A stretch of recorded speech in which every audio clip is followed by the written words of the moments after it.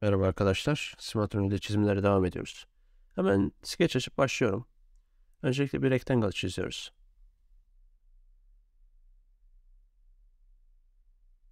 Ölçülere giriyorum.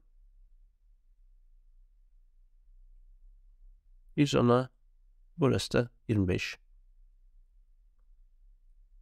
Düzenleyeyim şöyle. Evet. Şimdi çizimimizin içerisinde birçok circle var. Öncelikle metrik 8 ile başlıyorum. 2 tane. 6.6 çizdim o yüzden. Daha sonra metrik 4'lerimiz var. Onları da yerleştiriyorum. Çapı 3.3. Ve normal çapı 4 olan circle'lar var. Onları da yerleştirdim. Aynı eksene böyle. Tamamdır. Şimdi ölçüleri gireceğim. Öncelikle bunların ölçüsü tam merkezde olacak. Ve buradan 10 ile başladık. Daha sonra iki circle arası da tam burası da 50 oluyor.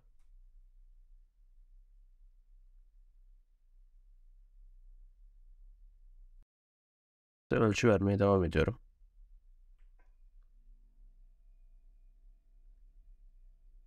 Ve burası da 6.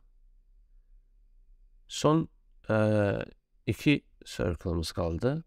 Onları da buradan vereceğim ölçüyü. Şöyle biraz uzaklaştırdım. Ve burası da 28 olacak. Tamamdır. Ve üst taraftan referansımı alacağım. Ve sonra da iki circle arası referansımı vereceğim. Evet. Burası da 12 olacak. Tamamdır.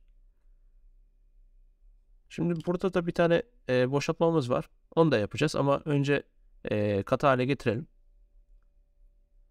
New Extrude. Kanalımız 13 olacak. Evet. Hemen boşaltma işlemini bir yapalım. Skecimizi açıyoruz.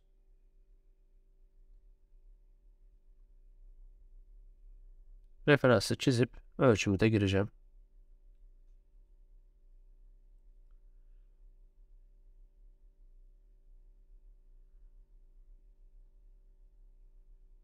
Burası yine 12.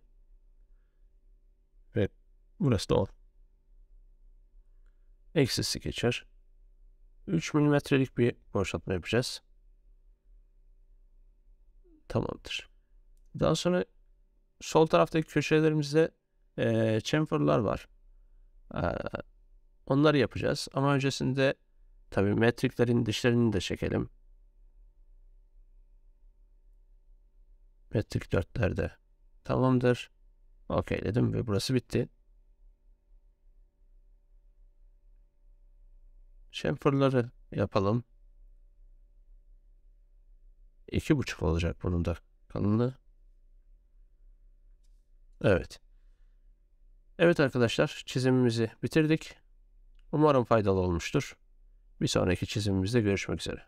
Kendinize çok iyi bakın.